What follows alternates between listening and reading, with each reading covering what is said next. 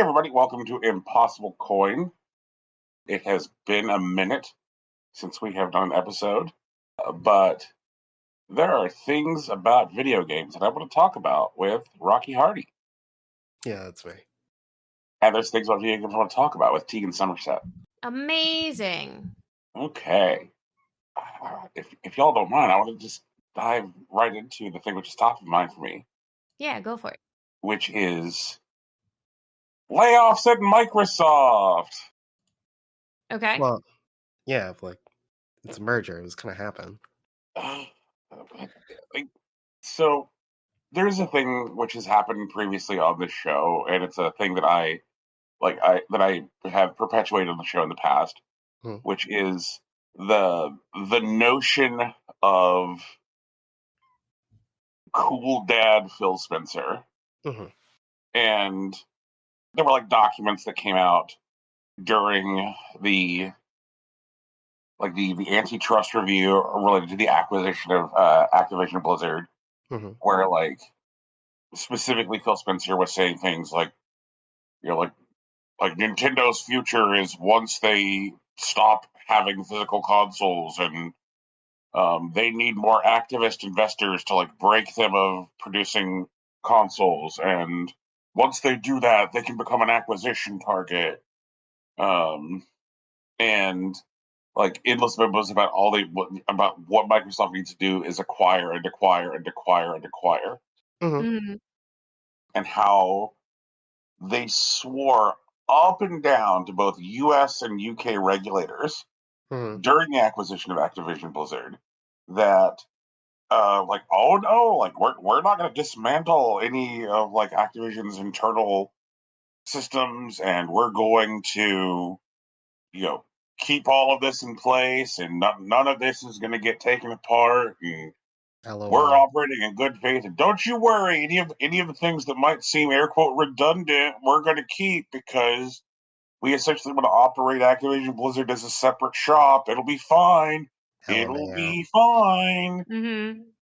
And one of the things that Activision Blizzard actually did have a reputation for was within specifically the Blizzard organization, having one of the best customer service organizations in video games. Full stop.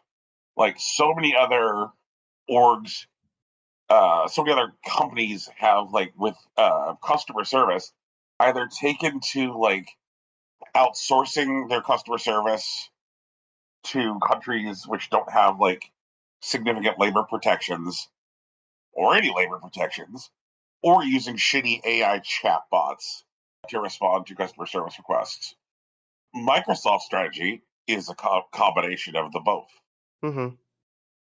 But Blizzard still had customer service based in the United States and was paying their customer service a more than competitive wage, because that was history of the company culture within Blizzard. Sure enough, when Activision acquired Blizzard a million years ago, they actually did keep their word and didn't dismantle any of Blizzard's air quote redundant systems, and for the most part let Blizzard operate as a separate shop.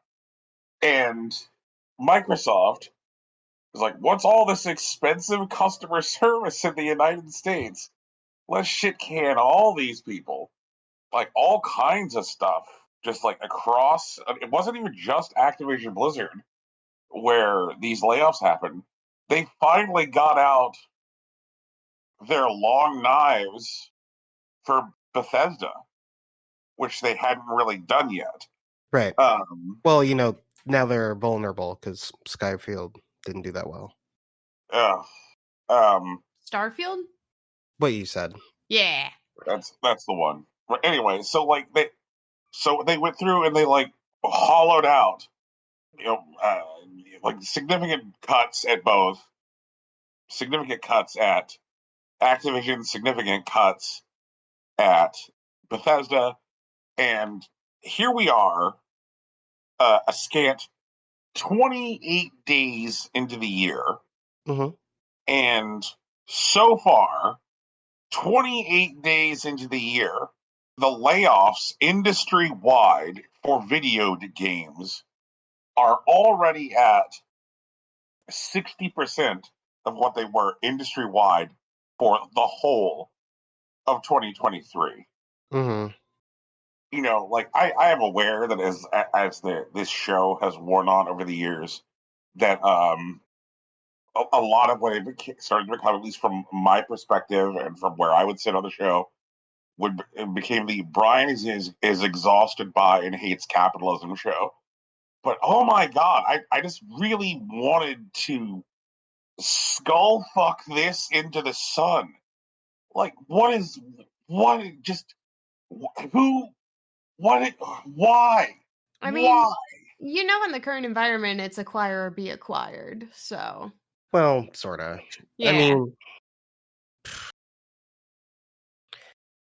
I don't know. I've never been of the mind that AAA was the answer. You know what I mean? Like it doesn't feel like AAA is the thing that like video games need to lean upon. And as far as I can tell, everyone that's like in that space is trying to be someone else. They're trying to be movies. They're trying to be like household software, you know, stuff like that. And it's like, I don't know, man. And it's because like the whole thing isn't sustainable. Like you need to bring in 1,000 people to make the game of the year so that you can sell 10 million copies, so that you can fire 2/3 of them come the following March, so that you can report record profits to the shareholders. And you got to do it again next year and the year after that and the year after that. And that doesn't make any damn sense. And like Microsoft really swinging to try to like, I don't know. Like, I don't even think Microsoft really cares to be like at the top of video games as much as it cares of being, as much as they care about being at the top of like the attention economy. Like, that's why they're taking on, you know, like the FANG companies, and those are the people that they're competing with. And so I don't know. Like, I agree that video games are getting worse, or at least the industry at large, because the biggest people are hiring more people than ever and firing more people than ever and making more money than they've ever made before. And they're going to try to do it again next year. But I don't know. It's treating video games like a blackjack table. Well, yeah. That like it just like absolutely infuriates me. This idea, like, you know, exactly what you were saying, like Rocky, like where they need to like have like the number of people who are like say working on that Ubisoft game Skull and Bones Sure. is absolutely sickening. And when we see things like Ubisoft's financial disclosures, you know, when they're like, yeah, you know, it's unsustainable how many people we have on the Skull and Bones thing, but don't worry, we're going to fire more people. And I'm just like, what the fuck is this? Like, what, like, where every video game is this colossal, gigantic bet, and if it doesn't hit super hard, then it's a gigantic failure. Like, one of the things that like this video game that Sony did a few years ago is like a perfect example of this. Days Gone, where they made this like biker video game, right? And we're like, I'm a biker, yeah, there's zombies, and like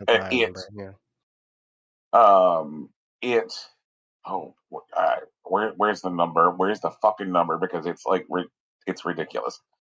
Yes, here we go. Here we go. So Days Gone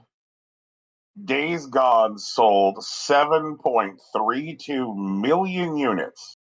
More than I thought. Right? It was unplayable on release, also. Yeah, that's true. Was unplayable on release. Yeah. But at 7.32 million units, Sony called the game a failure. I mean, I'd call a game that was unplayable on release and caused a bunch of people to return it the day it came out also a failure. Like, I would only count the units that were sold that didn't end up immediately returned. But that's like, they can't do those kinds of numbers. They can't pull that information out necessarily. Because they don't have a way to track returns that aren't like digital returns, you know?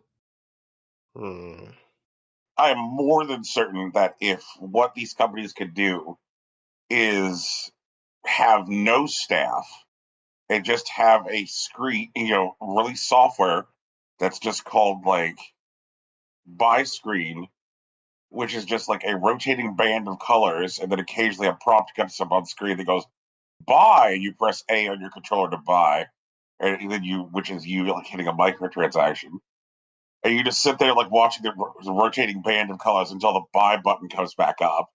That's what they would fucking do, because I would absolutely like maximize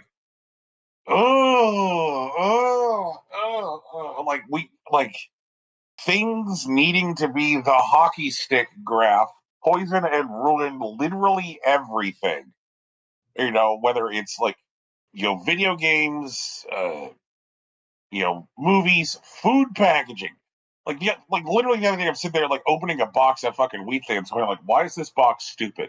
Which sent me down this rabbit hole of reading about how in an effort to increase profits over the last several years, major food distributors have been changing the essential nature of cardboard box packaging for food. Okay. Trying to find ways to make cardboard thinner. And my favorite one, using single piece construction, which previously food distributors had said no, because this is a bad customer experience. Things were you open the box and then the box just becomes horse fucked because you opened it. And it's just wow, we just don't give a shit. We absolutely do not give a shit, because there's 16 people in the world who need larger fuck yachts. That's it. That's where we are. 16 people need fuck yachts. So we have to have shitty boxes, and people need to lose their jobs, and just it's infuriating and gross and stupid. And brands are not your friends. Microsoft is never going to fuck you, everybody. Just letting you know that. Microsoft will never fuck you. They're not taking you to prom. They're not going to have a beer with you. You're not going to go fishing with Microsoft.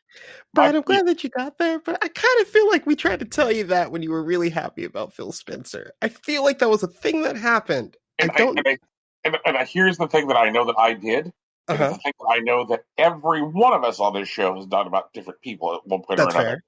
Which is this idea of conflating personal identity with corporate trust. Fair. The person being oh, so-and-so human being who has eyes and a face is so charming. I'll equate being charmed by this human being with soft pedaling my examination of the behavior of the company that they work for. Fair enough. Great example of that is Reggie. What's that? Is Reggie? Oh yeah, Big Reggie Fils-Aimé. You're right. Or Shigeru Miyamoto. Where it's oh, look at Reggie, look at him, that guy could eat a car bumper. He's amazing. Look at him. Does he buy his clothes at extra fucking big and extra fucking tall? Probably, yeah. Look at this guy. I bet his sunglasses are amazing. I heart Reggie, hooray! Meanwhile, Nintendo, predatory labor practices, refusing to give people contracts longer than 11 months so that they can avoid paying for healthcare. Just out here making moves, being shit. And it's just. I guess that's the importance of those forward-facing identities in the video game space, because those are the people that I guess make more conscious buyers say I don't want to fucking participate in what you're doing. I don't want to help perpetuate this culture. And it just I've kind of got to this space now where I don't know how I can buy say a console from a company which is publicly traded, because if they are publicly traded, then that means that there are stockholders, and if there are stockholders, then there will be like an inherent cultural demand within the company to be abusive. Which I guess means I'm a PC player. PC's owned by Microsoft. Oh no, okay. You can play PC without actually like leaning too hard into Microsoft. I mean, that's fair, but like the majority of the PC gaming space is Microsoft, so you're gonna have to do extra research. That's the operating system, but like I could actually run like some distribution of Linux, and then I'm not engaging with them at all. Valve is privately held; they're not publicly traded, and the Steam Deck, anyways, and the Steam Deck runs on a distribution of Linux, which means like I'm not engaging with Microsoft if I'm like say playing on a Steam Deck.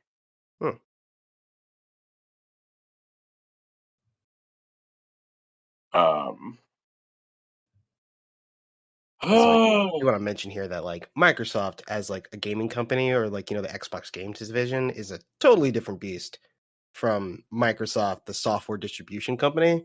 It's not better, it's just different. I just want to throw that out there. That's fair. I think that's a fair assessment.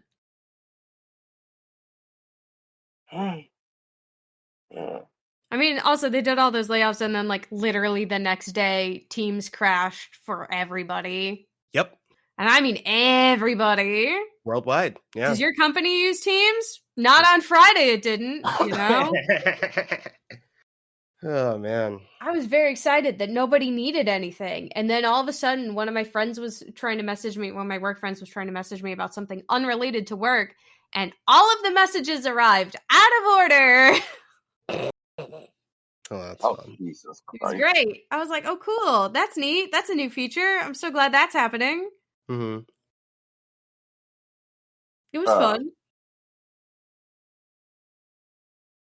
Great way to prove that they probably shouldn't have let all those people go, though. Well, they didn't know what they were doing. No, they had no idea. Well, it's fine, because if what you do is you create an environment where your customers, your consumers, don't perceive themselves as having any alternative, anything else they can do, and even better if you can make that true.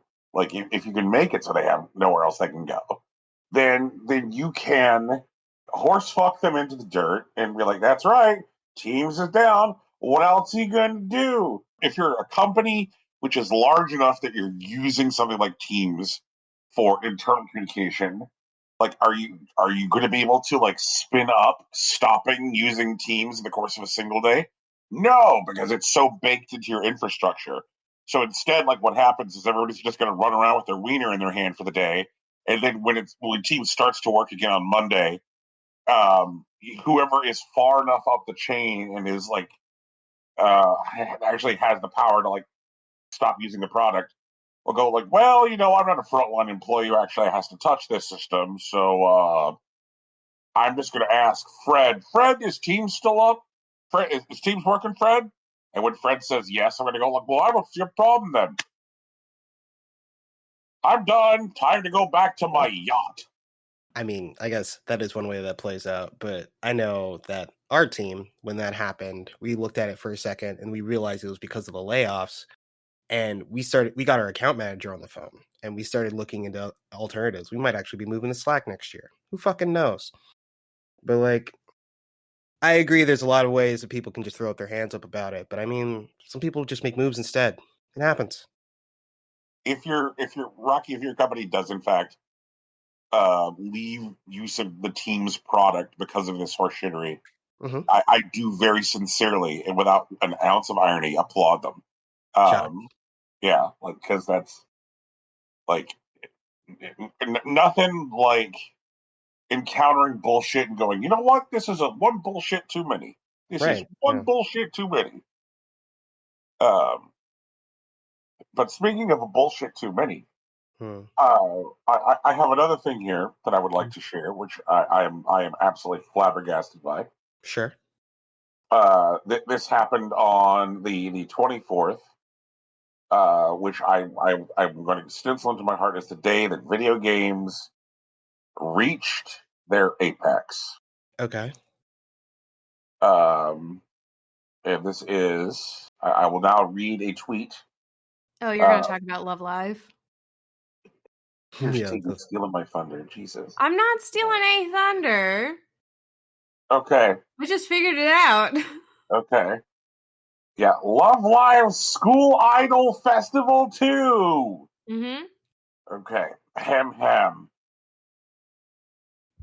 Global launch notice. We are excited to break the news to you that the global version of Love Live School Idol Festival 2, Miracle Live, is launching soon in February 2024.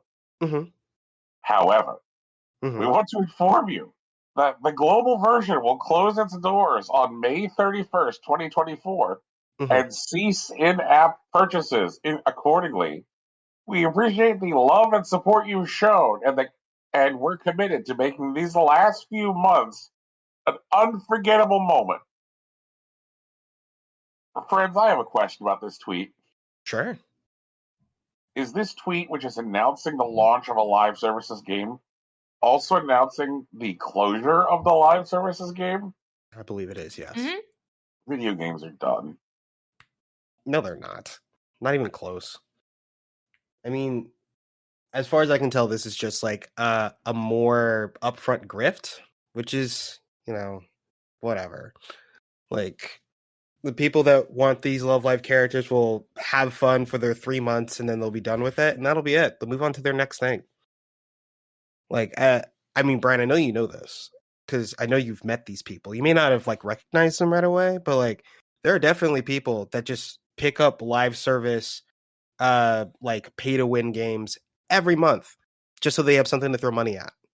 They do it. They do it all the time. And whenever their game gets shut down, they're like, "Oh, that sucks." And then they Google another one, and then they throw another triple-digit, quadruple-digit amount of money at it per month, and they just keep on going.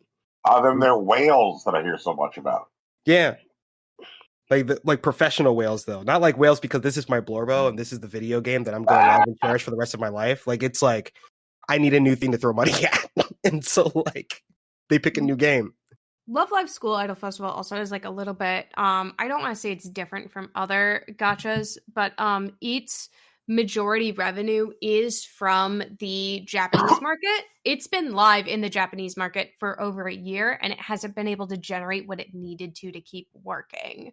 God. So that's why it's shutting down, and because they're shutting down the Japanese servers, they're also just shutting down the global servers. They're not even really going to give everybody a chance to get through a year's worth of content, And they'll do a different game. There'll be another Love Live game. This isn't the first Love Live themed idol game, and it's not going to be the last. The first game for this was Love Live School Idol Festival, and that one went for 4 years or something, because that came out when there was only Muse. It was Muse and a bunch of random other girls in 2013. Man, 10 years of Love Live. Yeah. And then it didn't close until at the end of part 1. The end of part 1 closed kind of recently, I think a little bit before the Japanese launch. The Japan servers closed, and then the US servers were going to be closing it in time for this one to open. And now it's oh, well, shrug emoji. Oh, well. Love Live is a franchise that's still making tons of money. Someone will make a new game. It's not they're not going to be pressed for content. Idol fans will be fine, Yeah. Oh, man. Brian, but where is your faith, man? I can't believe you look at this Love Live game and you're video games are cooked? All this other cool stuff that's happening everywhere?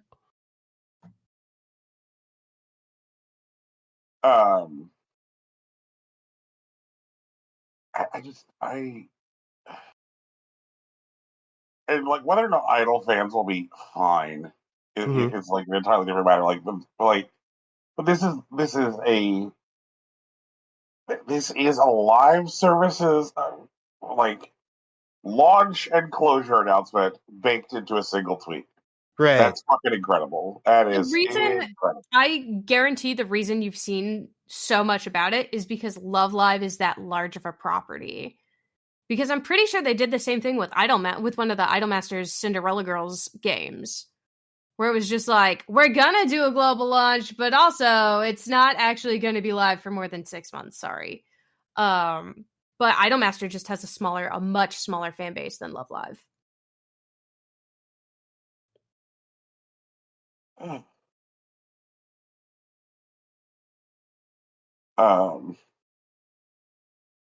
People can't spend money in gacha games like they used to be able to.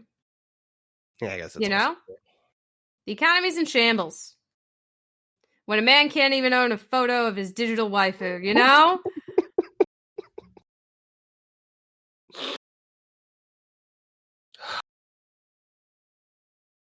Damn it.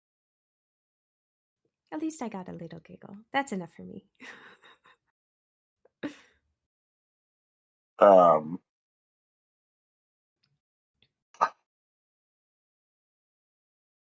And the internet's panties seem to be in a bunch and all twisted up.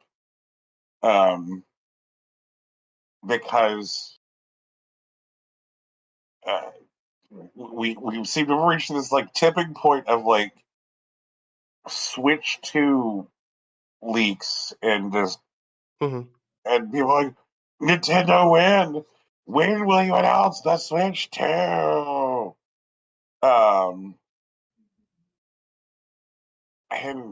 I just don't know what to tell people. I don't know what to tell people.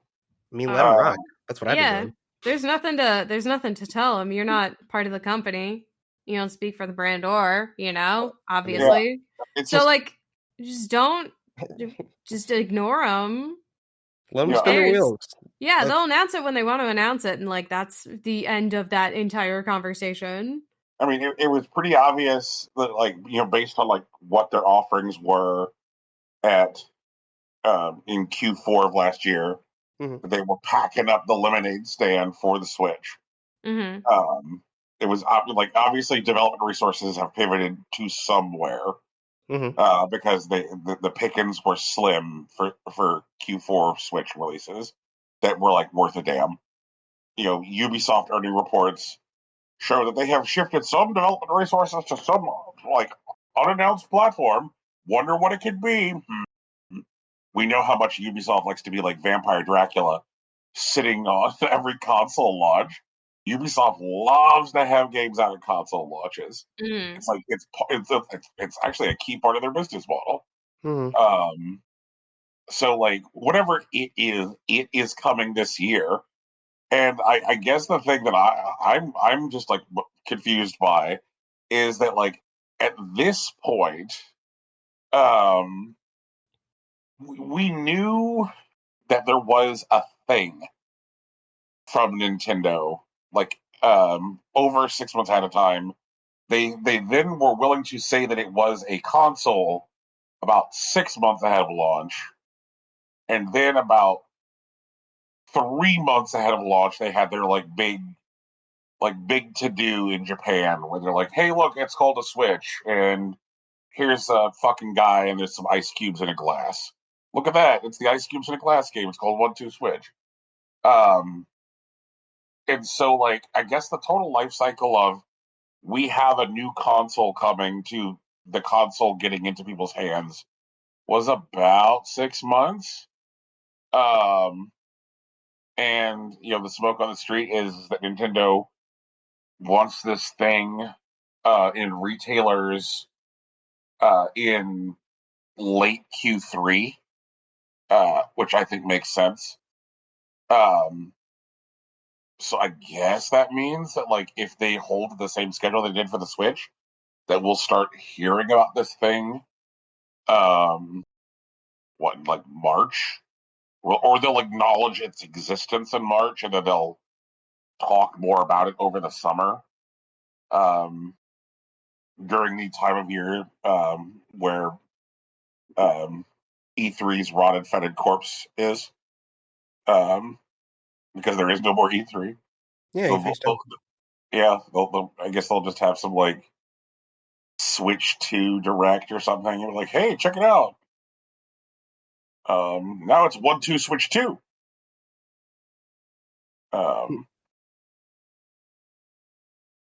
So how do y'all feel about these leaks?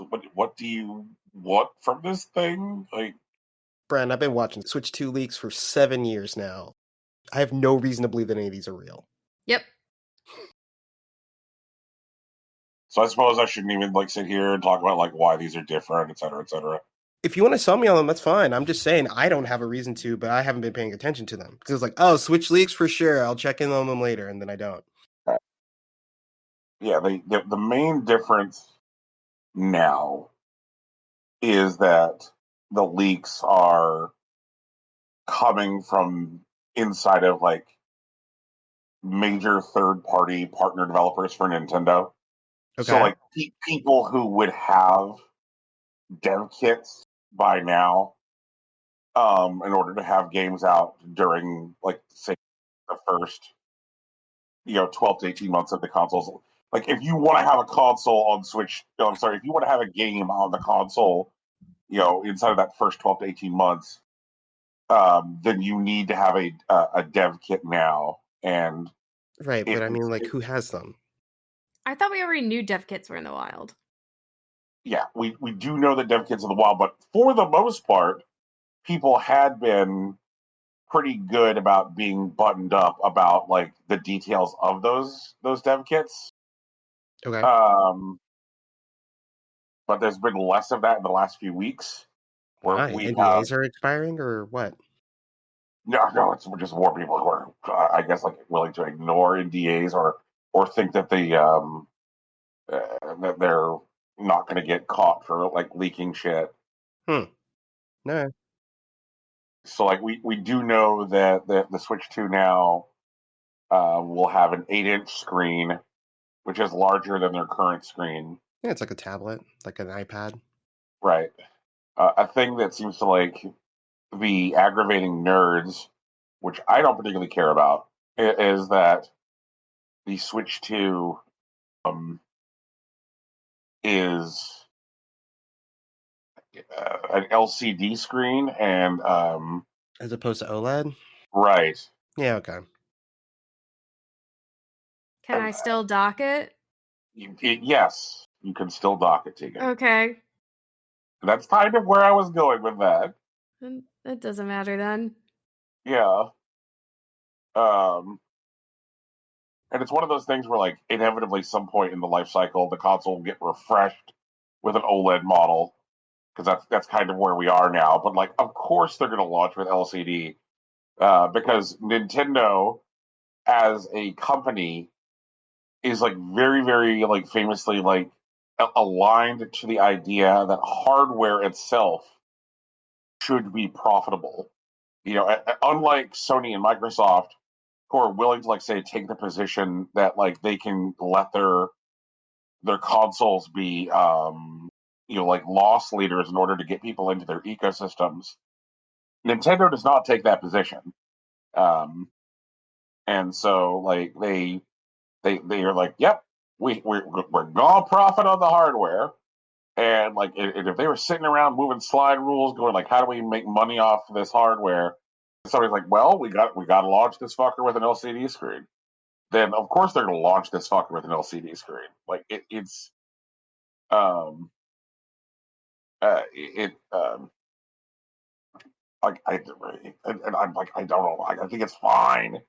People were just fine with an LCD screen for like much of the Switch's life cycle.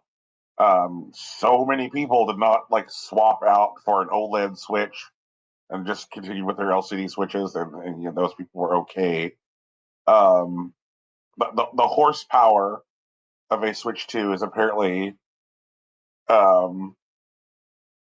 just a teensy tiny bit above a PS4.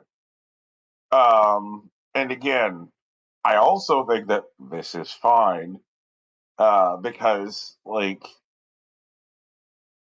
one of the things that Nintendo did during the life cycle of the Switch was to really like throw open their floodgates as far as like being an indie marketplace. And like one thing that we know is that like while there may be people out there who have like $4,000 gaming PCs that are cooled with liquid diamonds, like that is not the default experience of most people who play in the PC gaming space, and that there are a lot of people out there who play their computer games on a potato, and that if Nintendo's console is a lower spec device than like Sony or Microsoft, Nintendo is still going to be able to like accommodate ports of a lot of higher profile indie games, because indie games are not targeting $4,000 computers which are cooled with liquid diamonds.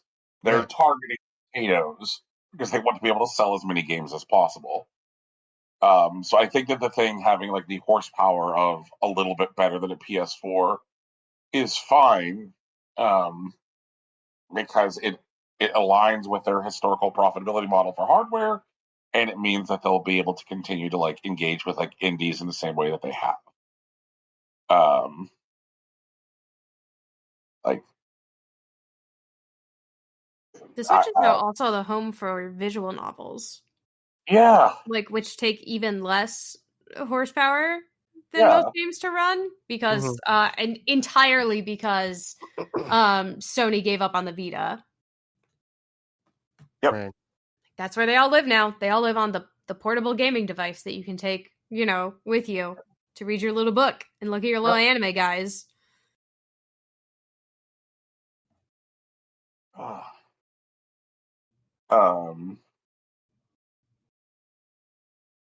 Yeah, according to the GDC's State of the Industry report, 8% of surveyed developers, the project that they are currently working on is a game for the Switch 2. Because they're like, what is your current project? And they're like, yep, working on something for Switch 2. And like that is not restricted to simply AAA developers, because at this point, Nintendo has also distributed dev kits to like key indie partners as well. So and I'm like, yeah, like I can definitely think of like there's definitely going to be like some indie devs out there that they want to have this thing like in the hand of. I'm sure that like they're like, ring ring ring, hey, is this Mr. Stardew Valley? Like, hi, this is Nintendo's. Can we send you over a Switch 2? Can you do a thing for that? Can you have the Stardews on that ready to go? Oh, it's gonna be Haunted Chocolatier. Yeah, it's not even gonna be the Stardews. It's gonna be straight up be the Haunted Chocolatier. Yeah. Ring ring ring. Hello, is this Mr. Undertales? Hi. Can we send you over a Switch 2? Like they're like I'm sure that we can put together like a list of like 20 like indie dev companies that likely already have this.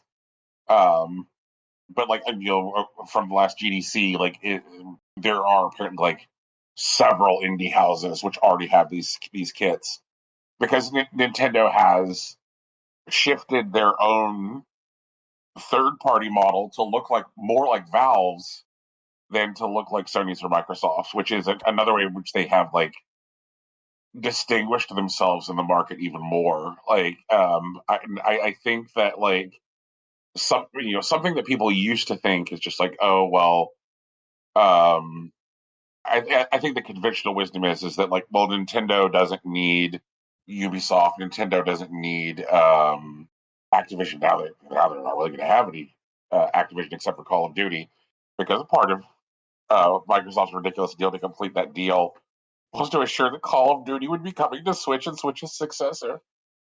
But like they really have shifted from it being like, oh well, Nintendo doesn't need major third-party support because they have their first-party titles, to just being like, Nintendo has first-party titles and also like a significant like wealth of key well-regarded indie stuff, and even middle of the road indie shit. Like they have a well-populated market.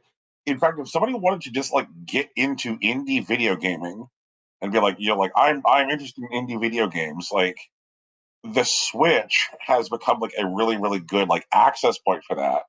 Like somebody can like pick up a Switch Lite for pretty cheap, and not even be particularly interested in Nintendo first-party titles, and still have plenty of shit to do, which is worth their time. Like there is conceivably people out there who don't own a single first-party Nintendo game for their Switch and are doing okay. Mm-hmm.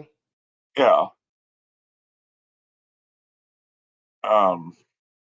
Which I don't think is a thing that we could have said about the Wii U, like, at all. Like, I think if you were not buying Nintendo games for your Wii U, then you were having a bad time. I mean, what can we really say about the Wii U? The Wii U was very much like a neglected child, 100%. The Wii U. Sorry, kid.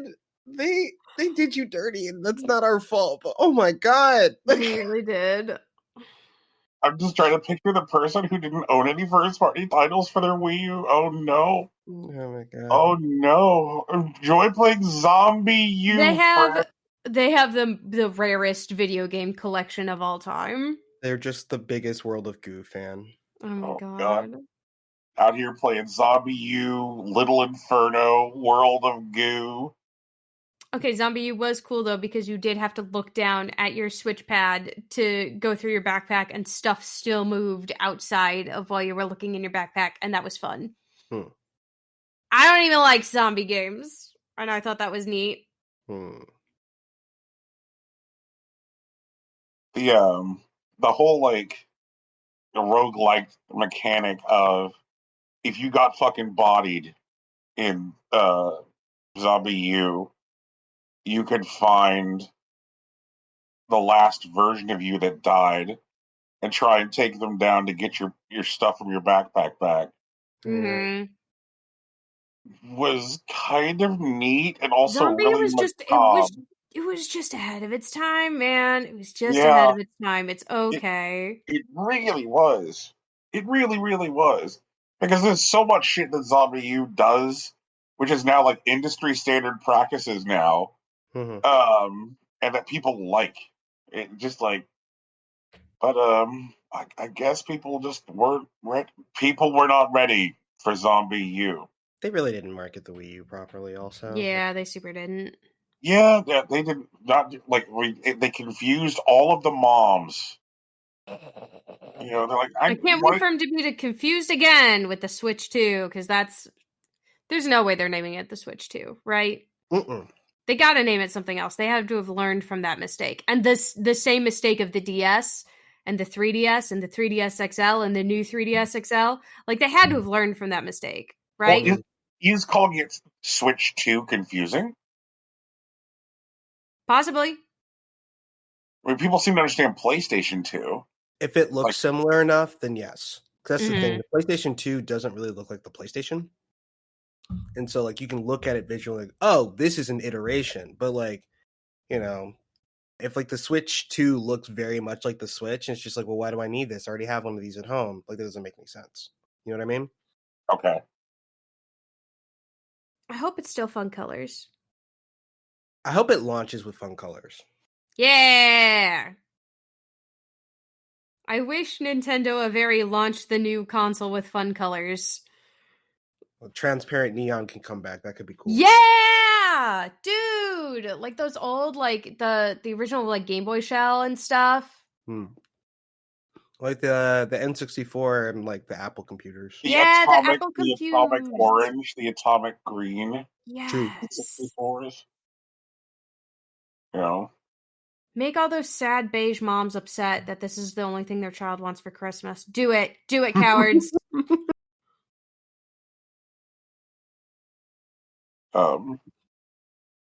launch it with a 3D Donkey Kong game.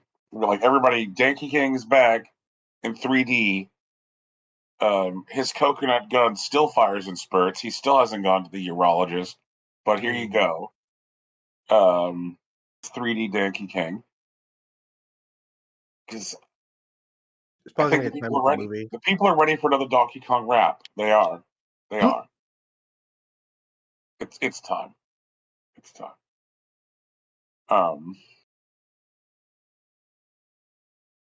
But I mean, my guess, if I have to put money on it, is that it's going to launch with the Mario because, like the Switch had in its first year new Zelda and new Mario, and Nintendo managed to get out a second Zelda game, in the console's life cycle.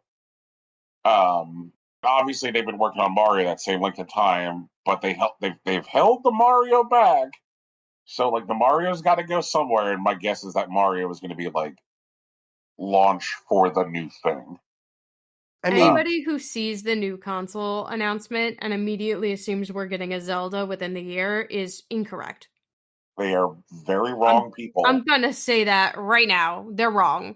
Yep. 0 out of 10 chance of that happening. Yep. I'll see you again in, 7 years or whatever. Do you think it's gonna be that long, Tegan? I mean, it was 6 years working on just a physics engine, so. But now I have the physics engine. Yeah, but they're not going to be using the physics engine on the next game. Wait, have they already said that? No. They haven't said anything about what a new Zelda might look like. They haven't said anything at all. They're going to be building a whole new game. It's going to be a whole new Hyrule because I already said they're not using anything. Like, they're done with, not Twilight Princess, Breath of the Wild, Tears of the Kingdom, Hyrule. So it's going to be all new stuff. And I bet if they have to do it, they'll use like the bare bones stuff from the Breath of the Wild physics engine, but they're not going to make a game that's that complicated again. Not for a long time. I think that like it'll be probably like visually very distinct from these last two Zeldas, but like under the hood, they built that fancy, expensive new engine. They're going to keep on using that fancy, expensive new engine. Yeah, but I don't think they're going to do anything with it. I think that whatever they'll do is like try to figure out how to make video games that they can sell faster. I know that sounds like probably cynical, but I feel entitled and accurate in that cynicism, because like they do historically sell these things pretty damn well. Mario and Zelda make a shit ton of money for them, and now that they seem to like have them being like pretty effective, like multimedia properties, like launching Mario now seems like a great idea because they just had this movie that made them a shit ton of money. So having a new Mario video game, like while people still have like the happy thoughts related to that film, is a good idea. And I guarantee you that whenever that fucking Zelda picture launches, they're going to want to have like a game within striking distance of that too. Well, they don't have anything. They have a director for the Zelda movie, and that's it. So that's why I'm saying 7 years. Because even if it takes them, 4 or 5 years to do the Zelda movie, that's still like within striking distance, I think. Also, especially if it's going to be a thing that's unrelated to the story of the movie itself. If we're talking about the Mario movie, the closest Mario game in striking distance to that was Wonder.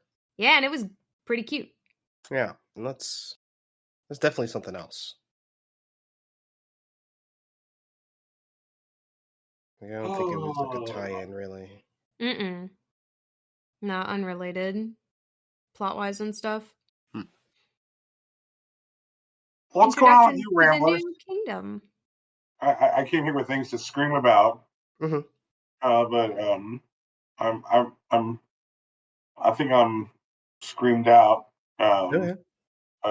So what's going on with you, Ramblers? Tease, you want to go?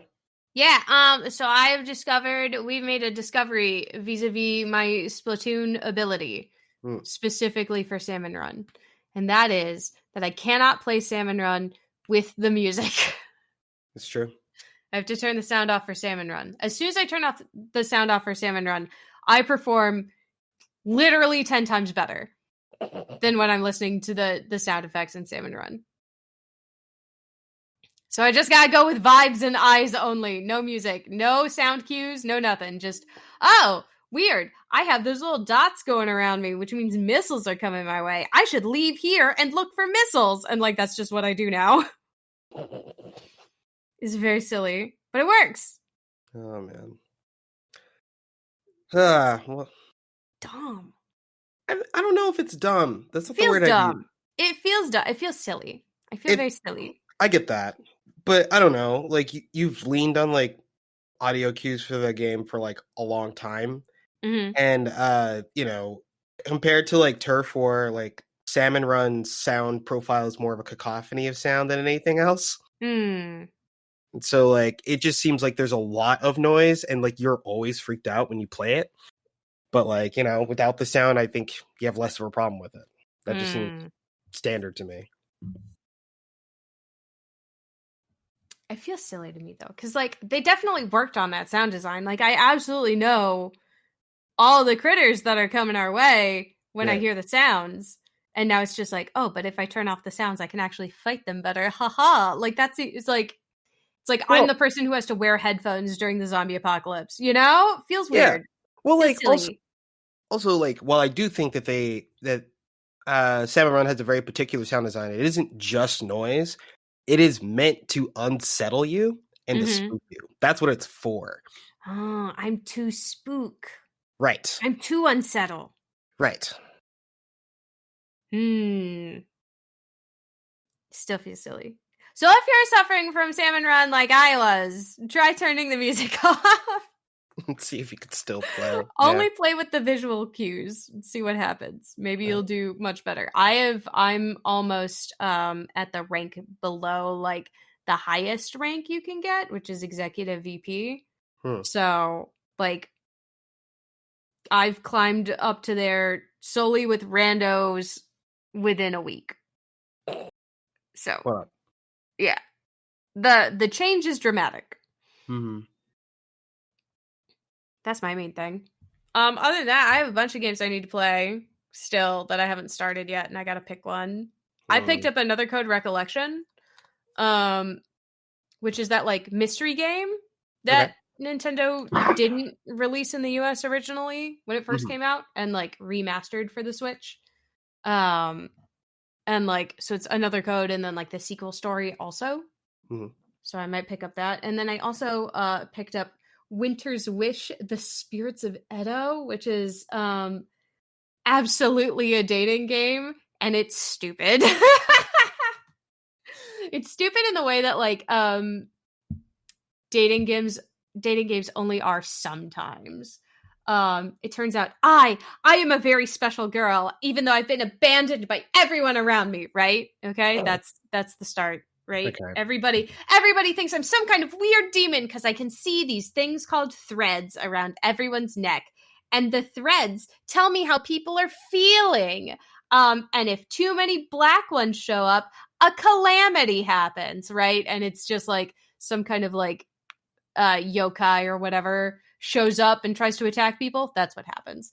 And now I've been instructed by the Shogun to work with these 6 handsome boys who it turns out are not actually people. They are human souls bound to objects that have had their memories and hearts locked away. And I have to work with them to clear the capital of these evil monsters. Oh my god. it's so silly. And I'm at the part of the game where I have to choose between these 6 handsome men. And I think I'm gonna choose the like Genki annoying pink-coated ninja character because he seems fun. Okay. Like, it's that, or I'm gonna choose the dark blue, like no nonsense police captain, just because he seems like he's the kind of guy who has his life together and will definitely take care of me. You know? Cool. It's like one of those. But the main character is like the white-haired, silver-coated boy, because he's the one that's on the reversible cover art. So that's the canon ending. Okay. All right. But, you know. It's one of those, like, do you pick the guy that you think... This is my problem with dating sims. And I had the same problem in Doki Doki Literature Club. Okay. I know... I like, have looked at all these boys. And I can tell which character is going to be my favorite already. And the problem is, do I do that character first so I can experience their storyline? Or do I do that character last? After, like, a character I really don't like, you know? So I can experience all the endings or whatever. Because I made the mistake. I was like, I'm going to save Monica for the end. Because in Doki Doki. Because I was like, she's going to be the best character. I already know it. I'll romance her last. And I'll do Sayori first. Because that's the most basic storyline. You know, my childhood friend from next door. And then everything happened. So, like, I don't know if I want to just do my normal thing and pick the character I like the most first. Or if I should... go through the storylines of the characters I hate first. It's one of those. I get that. I mean, my experience with visual novels, I tend to not do like completionist runs, really. Mm-hmm. Hasn't really been my thing. I usually do about like 1 or 2 routes that I really like. And if I hear something interesting about a route that I haven't done, I'll check it out. Mm-hmm. I don't know. I usually just do the ones that I like. That's fair. What about you, Brian? You a completionist? Well, with dating sims, oftentimes yes. Okay. Because I gotta get my fuck on. Fair enough. That's fair. This is only rated T for teen, so I don't think it's gonna end at that. I think there might be hand holding, maybe a kiss. But I think what's gonna end up happening is I'm gonna unlock these boys' hearts and memories, and then they won't be able to do their job anymore, and so we'll leave. You know, we'll get married and leave or whatever. Sure. Yeah. Which is such a silly concept. Just like, oh no, you're experiencing the breadth of human emotion. Oh well, and now you get fired from your cool samurai job. Yeah, you know samurai can't have emotions. Of course not. Of course they can't. They have to be cool and calm and collected or whatever all the time for forever. Mm-hmm. They can't be hungry. They can't cry. Mm-hmm. Mm-hmm. Yeah. Also, they were all formed from like a special object, and I think part of it is going to be figuring out like what that object is. The main boy is formed from some kind of little like case that had like was used to hold like something precious to you, like while you were wearing a kimono or whatever. And he's like, this is my thing. And like, if I'm ever separated from it or if it is damaged in any way, like I will die. And it's like, oh, cool. Plot point. Got it. All these other boys have one too. Neato. I can't wait to just walk around and find out that stuff. She's like, hi, what's your weakness? Hi, what's your weakness? That's definitely an opener. Mm-hmm. It'll make everybody mad at me, but it's okay. It's for the plot. Plot. I've definitely used that excuse before. Right. But yeah, I don't know how I'm going to go about it. It'll be interesting, I think. I think the storyline will be ultimately silly, but I feel like it'll, like, something in like the way that the music is and the way that this is drawn tells me that, like, some of these stories will be really, like, heartwarming once I get to the part where I've, like, unlocked their memories and their hearts or whatever. It's just, like, I feel like getting there is going to be annoying. Yeah, I hear that. Sometimes getting there is fun. I don't think that's the case here. But yeah, that's mostly what I've been doing. For sure. I've been all over the place. I apologize. I'm still like recovering from a cold, so like if I seem like non-enthused, it's probably just that. Is it cold or is it the Rona?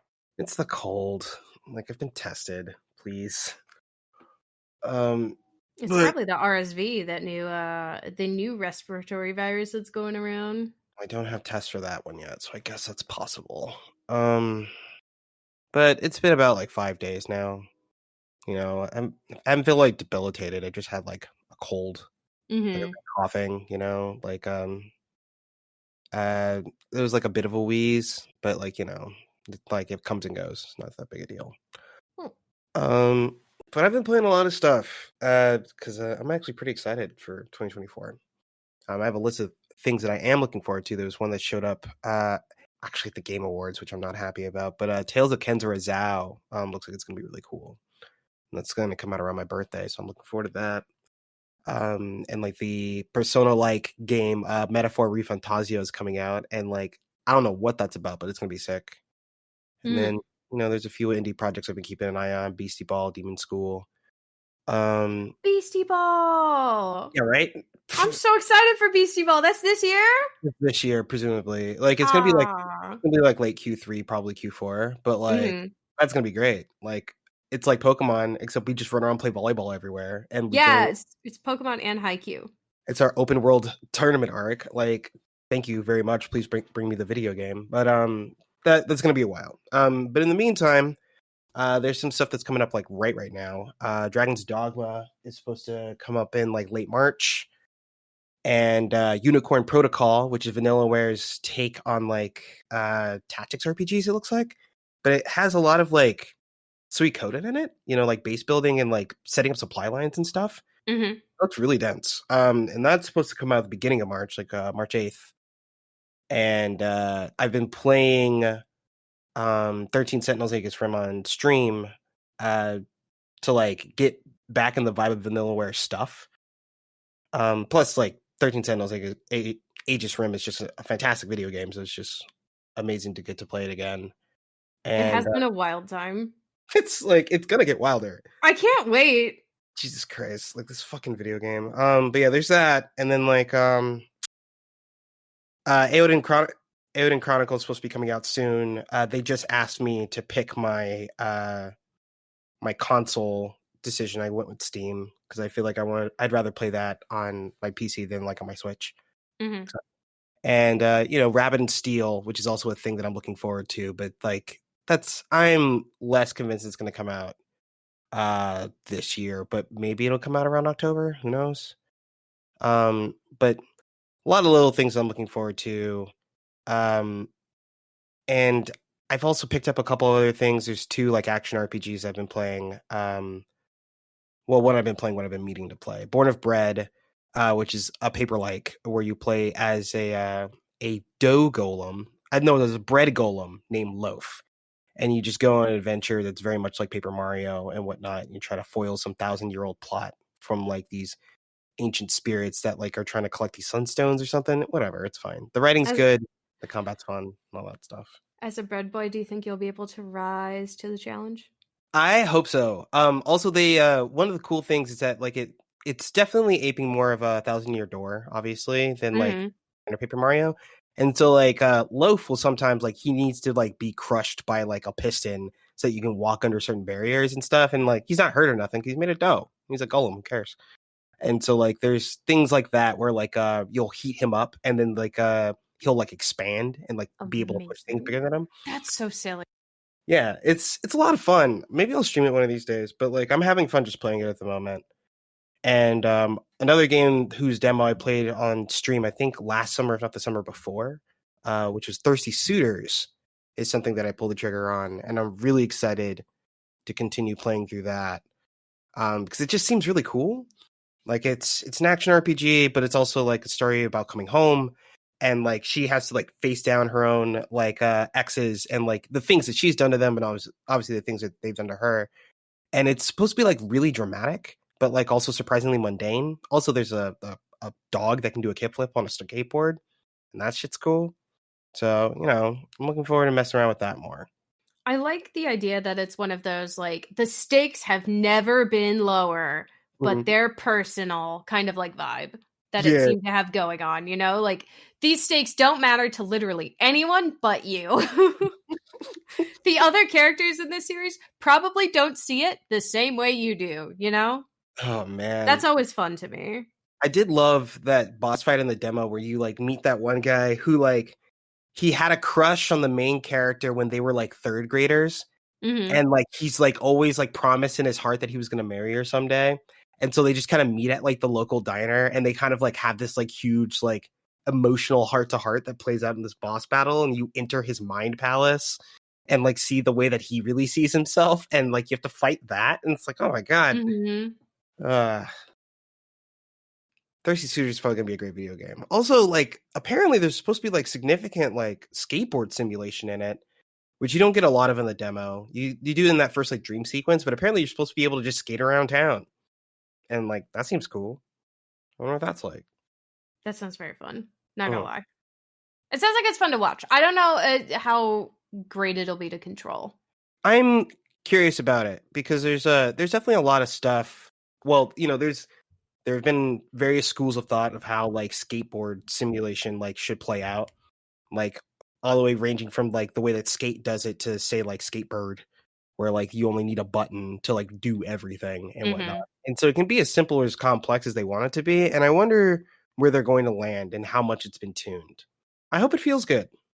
At the very least, I'll find out. And you know, like I'm still thinking about In Stars in Time and how it's going to get snubbed at every award show ever. So rip that. It sucks. Those suck. I did read the creators Q&A though, and it was the perfect mixture of like snark and like lore dropping that I thought was really interesting. Like I hope this creator gets the kind of support that like Toby Fox has over the years, but we'll see. Like Toby Fox is kind of a perfect storm, you know, working with like Hussey and like kind of like jumping and capturing some of the audience that like came out of Homestuck and like bringing it into Undertale and stuff like that. But like, I don't know, In Stars in Time deserves its flowers, and I hope more people play it. I love the idea that it's like, oh, Q&A time, here we go. What happens to this character? I don't know. You tell me. And it's just like, what do you mean? You tell me. Yeah, it's just like, what about this particular thing? It's like, I already wrote what I wrote. Like, it's your turn now. And it's just like, I am. Yep. Just like, go forth, write your fan fiction, tell me about it. Yeah. It feels very like, send me what you write, you know? I hope they do. It's gonna be fun. But like they've talked about how like they're not gonna do a sequel to this story. Like their next project is gonna be something completely original. And I hope that's good too. I'll be keeping an eye out for it. If the writing's anything like this game was, it's gonna be great. And you know, I've been playing a bit of Risk of Rain 2, but that's kind of an old story. Like I've been playing Risk of Rain 2. It's cool. It's cool. It's a good video game. More people should play it. I haven't played a lot of the online. I feel like I don't trust the fact that like my gameplay may be like really ping dependent in a way that's like not controlled by rollback. Maybe if they put rollback in Risk of Rain, I'll play it. But I don't know. I play a little bit with my friends, and that's been a mixed experience. That's been my favorite thing. But like, we're no longer like in the same city anymore, so it's also probably part of that. I play a little bit of League of Legends. I'm still not playing ranked because, you know, I made a solemn vow that like if I got to gold last season, I'd never play ranked again, and I'm going to stick to it. I've been playing a lot of normals though, and like normals is cool. Like I'm playing against people that were apparently better than I was last season, which is kind of scary, but I'm able to hang. And I think maybe it's because of like the low stakes environment of like being in a normal game versus ranked, but I don't know. I like it so far. I might explore some more champions, especially there's the new like ADC little dragon thing called Smolder that looks insane. So I might try that later. Yeah. Yeah. Like apparently like every time they kill a minion, they get like a stack that increases over the course of the game. And it basically makes it to the like over the course of the game, your auto attacks do like chain explosions that do a shit ton of damage even before items. Ooh, okay. Yeah. That so, like, sounds like it's immediately gonna need balanced. Right, yeah, definitely. But like the trade-off is that like it looks as if the way that they're tuning it is that Smolder is only going to be great as games get longer. And so like games aren't actually that long if they're played well. For the most part, like most games still have a runtime something between like 25 to 30 minutes. But like Smolder doesn't really start to pop off until you get to like 35, 40. Like you just don't have enough minions to farm off of until then. Oh, gotcha. So it's going to be like a low elo style champion. Right. That and like, but unless like it's something that gets really under control in like pro play, because I could see like Smolder being an answer to like Senna, because like Senna's a champion that doesn't need a lot of gold to be effective. They just need time to like gather souls over the course of the game, and then like they get things like attack range bonuses as they like pick up souls over the course of the game, so they can just kill anyone from the moon like at like 45 minutes. And so like whoever has the Senna at that point, like you guys lose. And that's difficult. But like if you can end the game before Senna gets to that point, then it's fine. Who cares? But like if you're both expecting like I could see like game 5 situations where they're planning to stretch it out, and then it's like Senna versus Smolder like ADC, and then see how that plays out. I could see. And it's like, oh no, actually, we need to end this quickly. right. We can't give him the chance to farm. Gotcha. Right. Yeah. But yeah, like I don't know. I'm having fun with League of Legends. I'm playing with friends. I pick up like a normal game every once in a while. It's like no pressure. Like it's very chill. And like sometimes I win, sometimes I lose. Sometimes I get to check in with like friends and see how they're like developing. So I know a couple of them are doing ranked climbs. I think Twan's going for plat this year. It's already gold too. Shoutouts to him. Oh wow. Yeah. But yeah, like I don't know. Like personally, I feel like for 2024, video games are in a good place for me. But like the industry at large is definitely fucked, especially when you look at like the way that the biggest players are doing. But like I don't know. For me, I don't feel like video games are about the biggest players. I feel like they have the most capacity for harm, and I tend to not support them for those reasons. But like, I feel like I don't know. I might have fun with video games this year. That's what I'm looking at.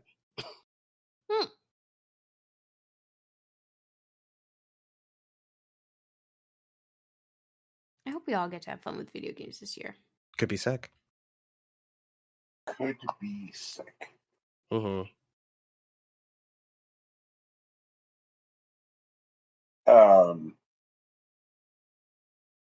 So there is a out of control problem in the Hearthstone. All right. Oh yeah? Is it a new card? No. They did an entirely different kind of problem. Oh no. Okay. What's the new problem? Bots on ladder. Oh. Yeah, different problem. That makes some sense, actually. So how do you fix bots on ladder? Brian doesn't fix it. Blizzard fixes it. I know that, but like how do you get around bots trying to climb the ladder? As a player. It's so irritating. They're all of the bots are running the exact same deck. Mm-hmm. And it's not even a good deck. It is not even a good deck. Mm-hmm. It is in fact a bad deck. I don't understand the point of the bot accounts. I don't like. Okay. So, because it's not like there's inventory in Hearthstone that can be traded between players. Sure. Mm-hmm. So like, what is the point of these accounts? Are they selling the whole account? I guess, but that's also against like the terms of service, and so like that shit should get shut down. Mm-hmm. But like, there's just this. Like they all have like similar naming conventions for the like first name bunch of numbers, huh? It's not first name bunch of numbers. Mm-hmm. It's lowercase letter, uppercase letter, uppercase letter, lowercase letter, lowercase letter, lowercase letter, uppercase letter. It's like obviously somebody just did some kind of like database merge on all these names, and I'm like, and they're all like just these like mix of consonants. It's just like rah, rah, rah, rah, rah, and I'm like, okay, all right, good for you, friend. I can't believe I'm playing against Key Smash McKenzie again. Exactly. It was like, oh wow, Key Smash McKenzie sure is playing a terrible deck. Terrible deck. It's a like, oh, you're gonna play an abusive sergeant on turn 1. You do you.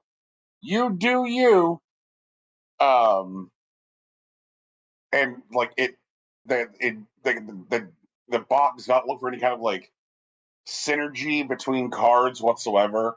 It's just like, do I have the mana to play this card? Beep boop. Play this card regardless of synergies. Beep boop.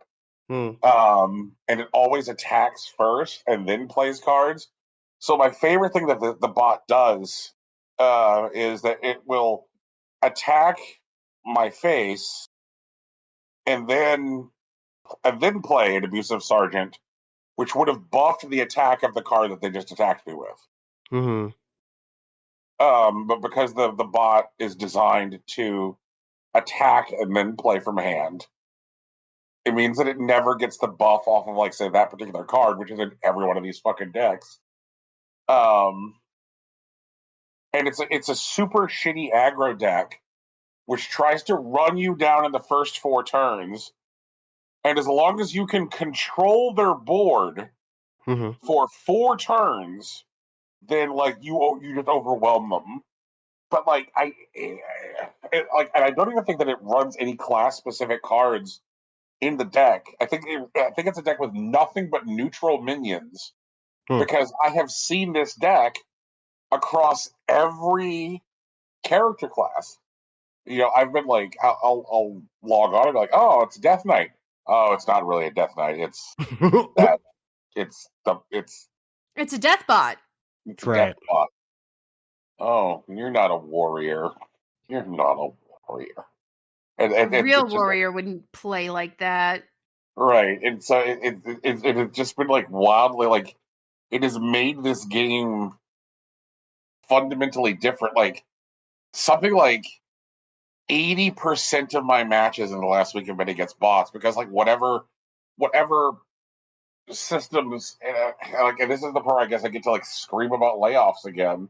Because like whatever systems that Microsoft had in place, whatever that Activision Blizzard had in place for, you know, keeping bots off these games, they're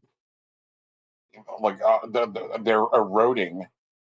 I'm like, oh god, like this is, like, this is pathetic. Like, and they're leaving it up to the players to like identify and report the bots. Yeah. Like I am now currently scrolling Twitter, looking at all of these people who are like, Blizzard, please do something. Blizzard, please do something. Like, the game is rotten with bots. It's all these fucking bots.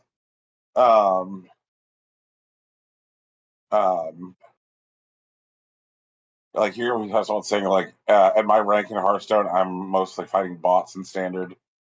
And like, it's all, I see all these people who are now like trying to make their own fun. They're like, look, here's the deck I made, which is the most fun to counter the bot deck. And I'm like, oh god, this has gone on now long enough that like people are creating decks to counter the bot deck as quickly as possible. Like, oh, why?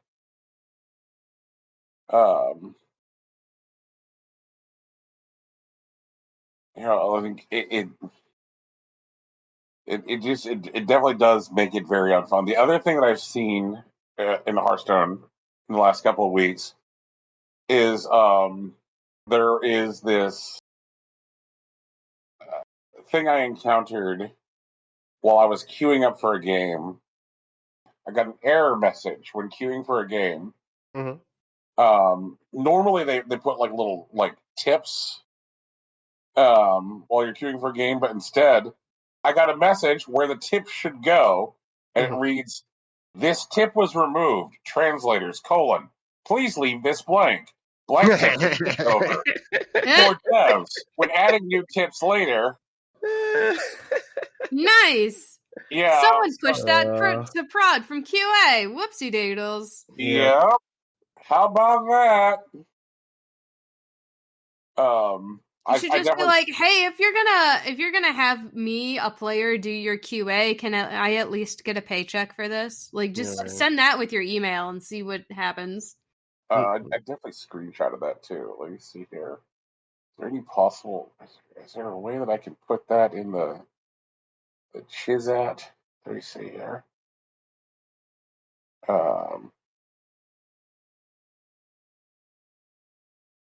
As I recall, there's shenanidoodles about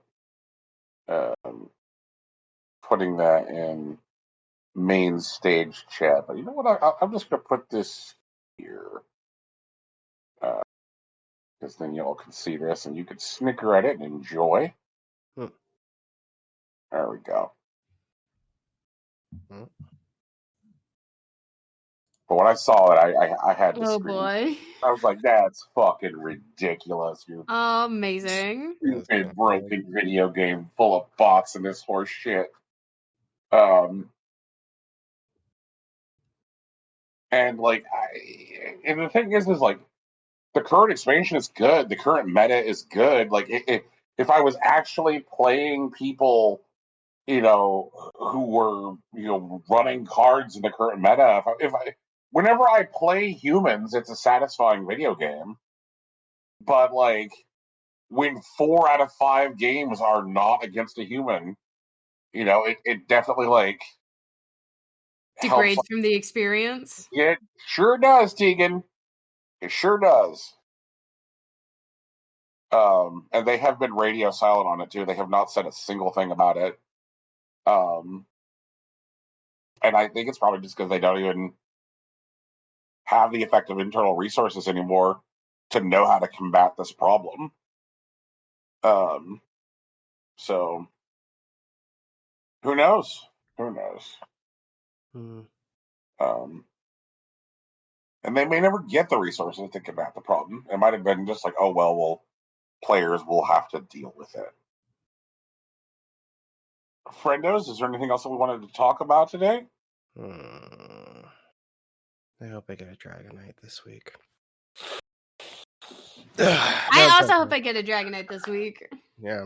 Pokemon Sleep. Yeah. Pokemon Sleep is introducing some new mons and new zone. I think I'm gonna take advantage of this, the bonus that they're giving us, which is like the new mons are available in an old and familiar zone. So I'm gonna spend a week there, and then I'll go to the new zone next week. And hopefully with the mons. Have you captured any other trainers and forced them into slavery yet? I have not. No. Shout outs to Pal World. I mean, I guess. I don't know. Like, it's just Ark Survival Evolved, but like almost no one played that game, so that's why they're pointing at Pokemon so much. Like, all right.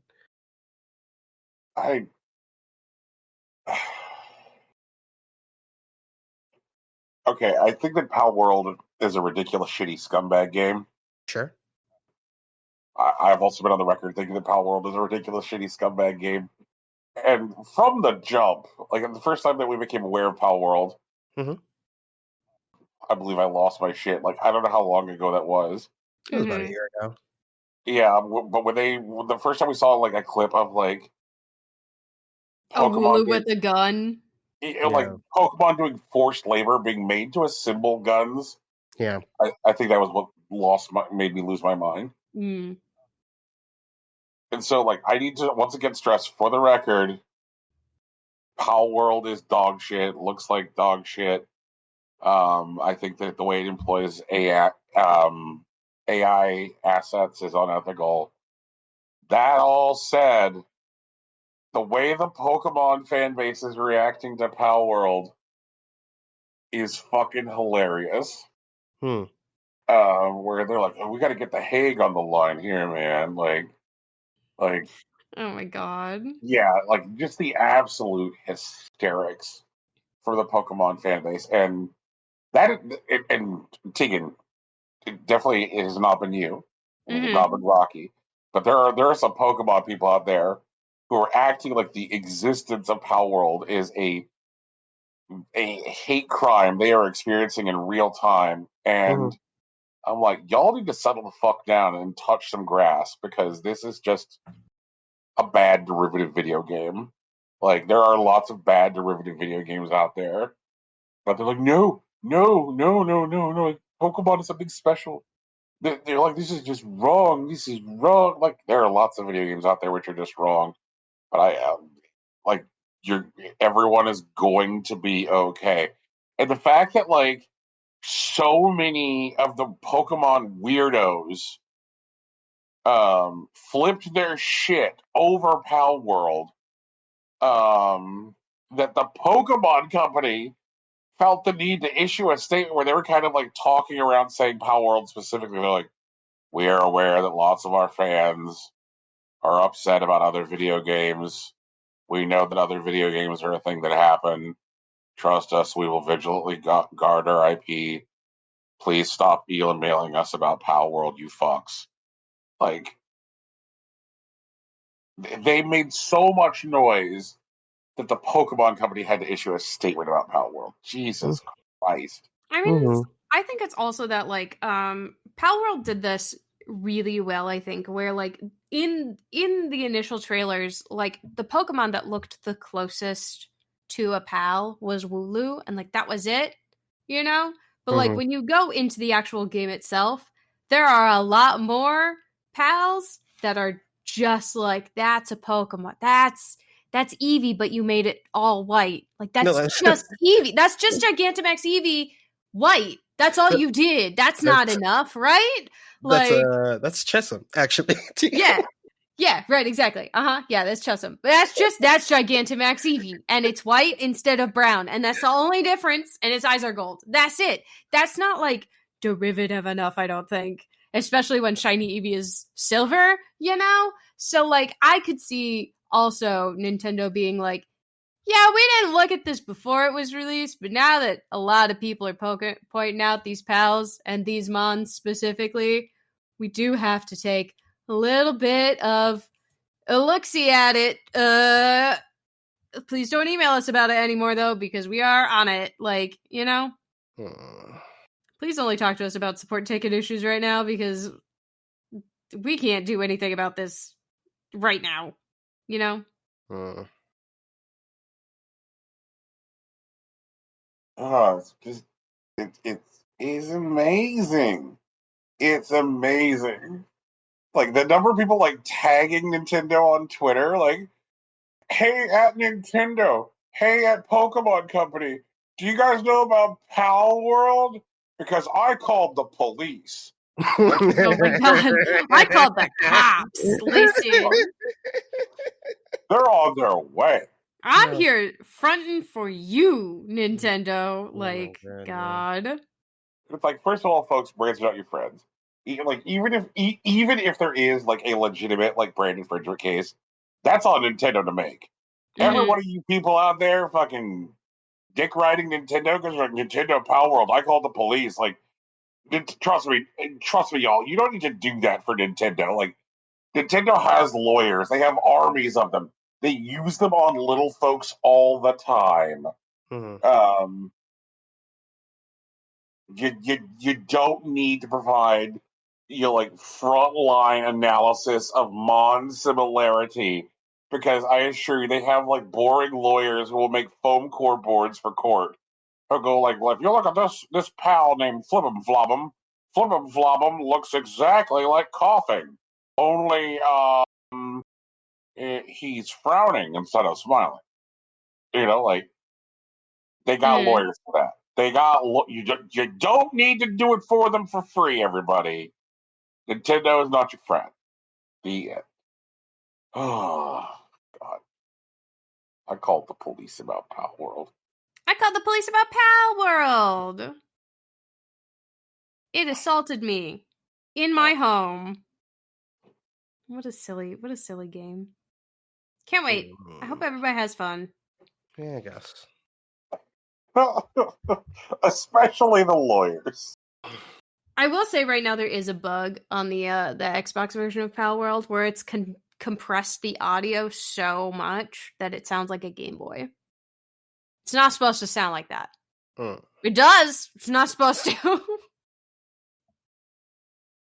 Does that mean there's actually Pal Worlding happening in your house, Deacon? There was Pal Worlding happening in my house because it was like, well, I like Ark. Let me try this one out.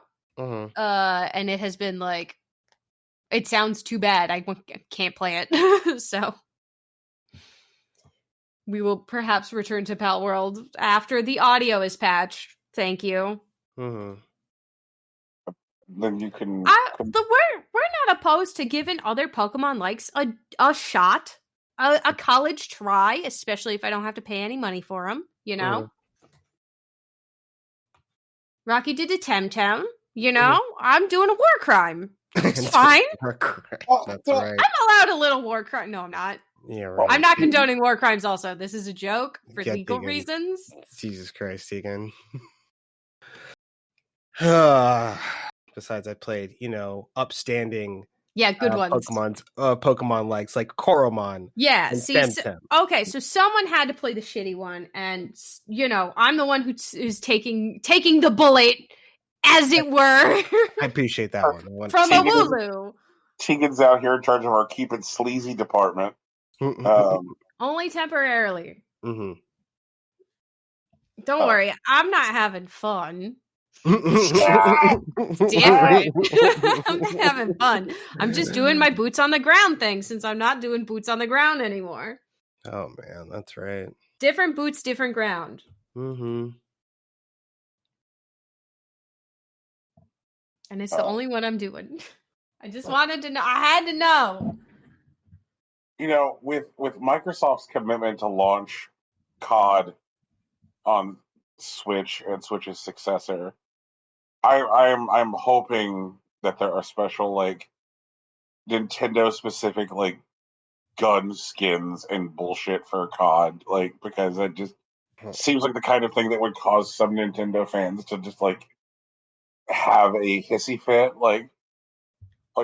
What do you mean that I can make my guy's helmet in this World War II themed game look like a Pokeball? That's terrible. I get to put a Zelda decal on the side of my gun. Look, on one side of my gun, I have a Triforce. On the other, it says "smoke weed every day." Right, exactly. Yeah. Some shit like that. That's right. On my AR-15, it says Mario 42069. God. Shoutouts to Call of Duty. Nope. Is this a podcast? Have we podcasted past tense? Yeah, sure, man. All right. Rocky, take us home. All right. Oh, fuck. Okay. Hey everybody, this has been Impossible Coin. I am very tired. But thank you for hanging out with us. If you're listening to this, I'm sure you know where to find a podcast. Tell your friends and whatnot. We'll have an anime episode for you soon. It's a thing that's coming. And there's music beginning of this podcast. There we go. It's produced by our friend Big Sach. Shouts to Sach. He's probably playing the new Yakuza game. More power to him. That game sounds sick. I hear it's a masterpiece. You can find his work at betweenrooms.bandcamp.com, or if you're one of those SoundCloud people, you can find him at Big Sach, soundcloud.com/Big Sach and J. And our logo is also a t-shirt. It was designed by Lauren Moran. She's on Twitter, presumably still as Lauren Moran, and she has a Patreon. She does the good shit. She's way too good for us. Check her out if you want to. We're on social media: Facebook, Instagram, Twitter, Tumblr. Not TikTok. Not yet. Someday. Who knows? But it's all Impossible Coin. No dashes, underscores, no double X's, no alternating capital, lowercase letters, nothing like that. That's not us. That's not our thing. But if you see someone like that, please let us know, because we're trying to cut down on the imposters and whatnot. But you just have to let us know the one time. You don't have to repeatedly send us notifications or call the police. Yeah, don't call the police. You don't have to do that. Don't trust the cops. Only trust your fists. We are also streaming on Twitch. I don't know if I'll be streaming tomorrow, but I'm going to try. I'm going to play something, maybe. But we're there a few days a week, twitch.tv/Impossible Coin. I am going to continue working through 13 Sentinels Aegis Rim, but I might play something wacky on Monday just to get my head out of things. Tegan is also playing. Tegan, what are you playing right now? I'm not playing anything in particular. I'm just going with whatever I feel like. Okay, there it is. I thought I was making something up. No. You're not wrong. I was playing Bear and Breakfast, and then I kind of stopped. We'll see. I'm gonna play something. I don't know what. Yeah. Good luck. Oh yeah, Adam Brophy, if you're listening to this, which you're probably not, I'm sorry, but I'll get back to playing Knuckle Sandwich one of these days. I don't know what it is, but I haven't felt super inclined to pick it up these past couple of days. But it's a cool video game. It's super weird. I just, I put it down for a little bit. I'll pick it up. I promise. Did I say everything? Your language processing center ever hear words incredibly incorrectly, but then just a second later you figure out what it was that you thought you heard? Yeah, they snap back in. Yeah. Yeah. Okay.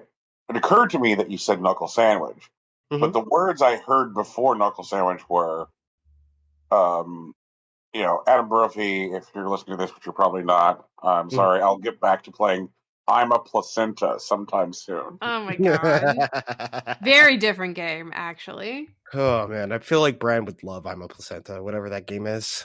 Yeah. Whatever that is, I hope it's real, actually. I'm a Placenta does sound like a game I would buy, Jesus. Yeah, no, Ray, it really fucking does. Hold on, I'm just gonna look real quick. It's called I'm a Placenta.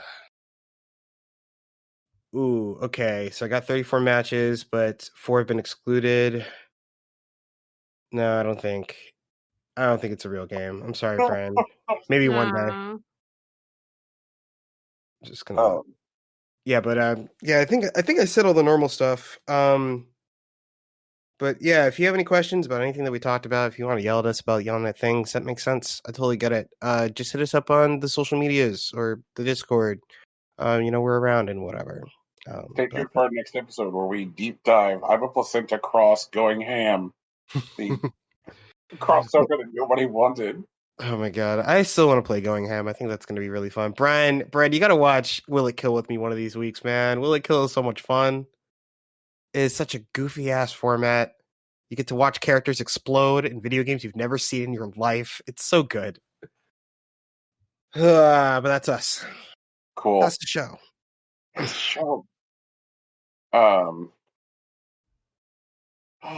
Next level. Peace. Bye. It's official.